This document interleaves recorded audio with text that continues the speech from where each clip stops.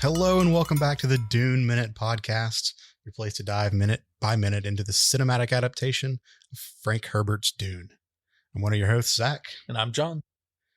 All right, John, we got a lot to talk about, so I say we skip our Marin intro, our little Marin that we usually do, and let's just dive right into go right into a knife fight. Yeah, right into minute 17 of the 2021 Denis Villeneuve Dune movie. Yeah.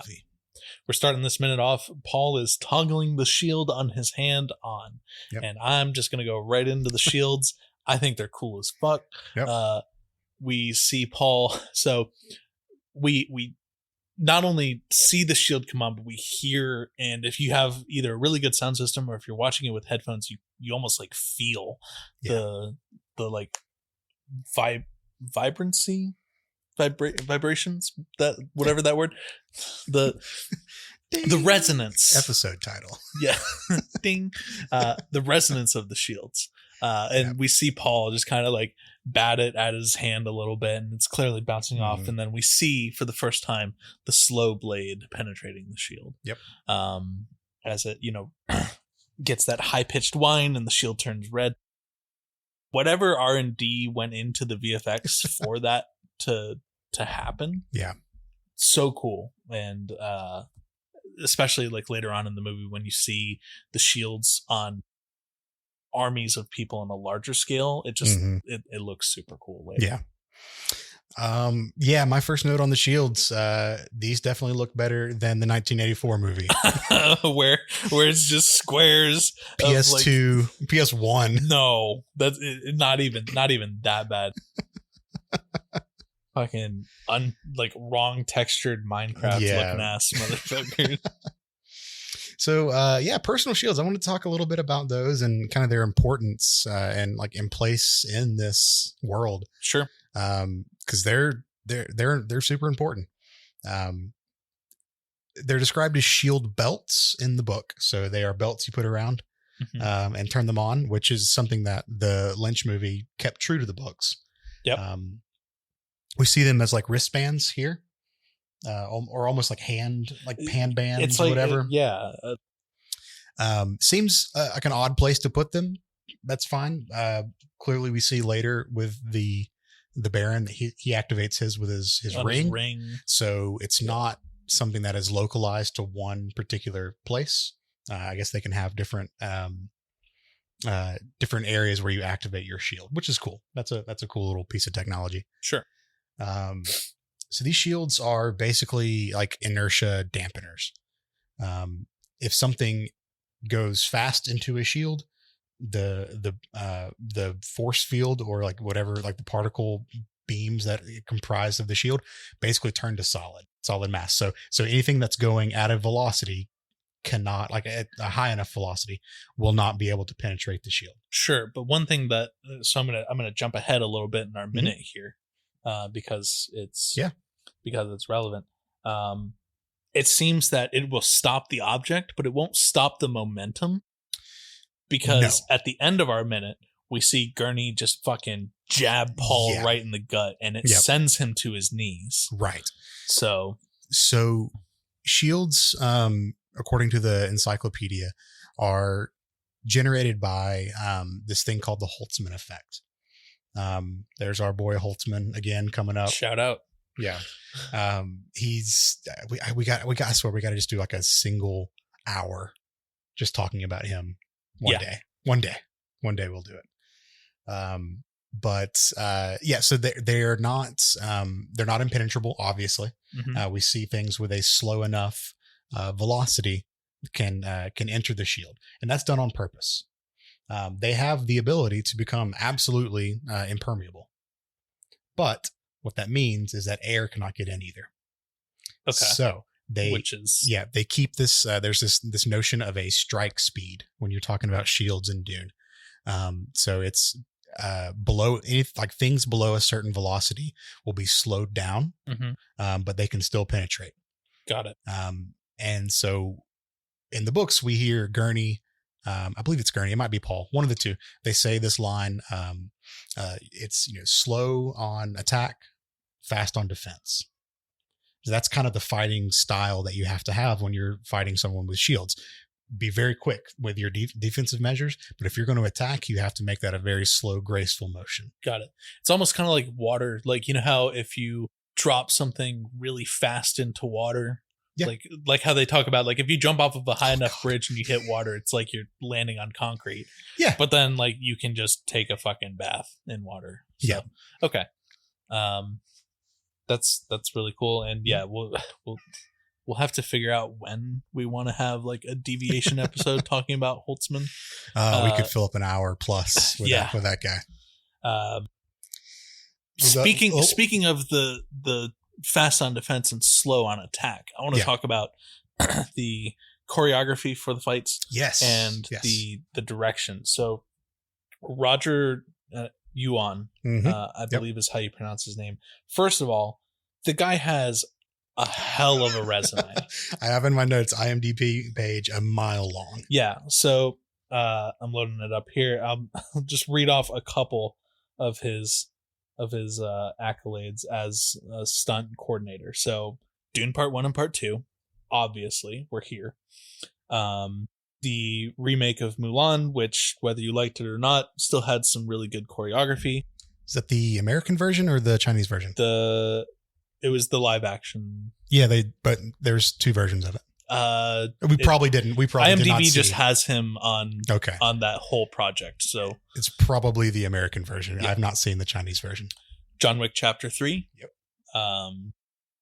Venom, Hawaii Five-0, Blindsided, Skyfall. Oof, love that. MI5, Black Dynamite. So yeah, he's been around. I think the most, to me, like nerd cool one other than Dune was Spawn. I never saw that. Okay. Yeah, it's real good. Okay. But anyways, so yes. You're missing one very important one. Which one? He plays Lanville. The guy that I was gonna get to. That. Okay, sorry, I stole your thunder. You just my bad. Stole my thunder. I'm sorry. I'm only talking about what he did for stunt coordinating. Okay. You son of a bitch! I jumped. But yes, I'm sorry. You are right. He does play Lanville, and I was gonna talk about it when we first introduced, but I figured that this was a more appropriate time because we're talking about choreography. But my bad. But so going back to Dune Part 1. So Roger Yuan based the fighting style of House Atreides on the Filipino martial art known as Kali, which is used. So the Atreides all use shorter blades. Okay. I don't know if that's accurate to the book, but in the movie, they're using shorter blades because the Kali martial arts style uses either sticks or knives. Okay. And it's all about rapid movements, rapid, short, quick, snappy defensive kind of moments there. That definitely shows in the way that they're like super close fighting. Yes. Yeah. So in the movie we see Paul and I made a note of this too, where when we see Paul like squaring up for the first time to actually like defend himself, he's almost got his hands up like he's like getting ready to be in a defensive position for fist fighting. Yeah. And we see the blade resting on his shoulder. Right. Which doesn't seem like it would be appropriate. But then you see Gurney take a swipe at him and Paul immediately just flicks his wrist forward and swings the blade to catch Gurney's movements. Ah, okay. So cool. So and then we see just within a couple seconds, like 6 or 7 blows traded back and forth between them. Like that's cool. It is super fast, and Soul has a lot to talk about with this. Super vocal today. But yeah, so the Kali fighting style has been around for hundreds of years, and it's really cool to see the influence of that martial art make its way into the core fighting strategy of the Atreides in this movie. Yeah, that's cool. That's cool. Yeah, can't imagine actually fighting like that with knives and no shield. That would be wild, but it'd be a very quick fight. I'm sure it would. So we get some awesome action between Paul and Gurney. We get Paul's little verbal jab. Yep. At Gurney, his old man. And then Gurney, which I want to put a little bookmark on. I want to put a little bookmark on that old man comment. I don't think we'll get back to it for a while, but later in the movie it does come back. Yeah. So just remember that old man. He called Gurney his old man. Mm-hmm. Yes. Anyways, beautiful action scene. Yes. Alec kind of turns around and explains to Paul, but I think mostly to the audience, the slow blade penetrates. The slow blade penetrates the shield as he's got the knife like pressing into Paul's neck. Yeah. Yeah. I was like, I think he knows this by now, but I appreciate the the exposition. And then Paul gets thrown around a little bit more and delivers the most teenage line ever. I'm not in the mood today. Or guess I'm not in the mood today. Is this where he says, "Give us a song instead," or is that at the beginning? No. That was before the knife gets yeeted at Paul. Oh, that's right. That's right. Okay. And then Gurney immediately responds with mood. What's mood to do with it? You fight when the necessity arises, no matter the mood, and then just bellows and yells, "Now fight!" Yeah. And as a quick aside, I would like to shout out Glow Globe number 2 in this room, making a stellar appearance in the background. Doing good work. Yeah. Good work. They're always in the right position. They're always just lighting up the perfect little corner of the room. Great. 10 out of 10. They hold this franchise up.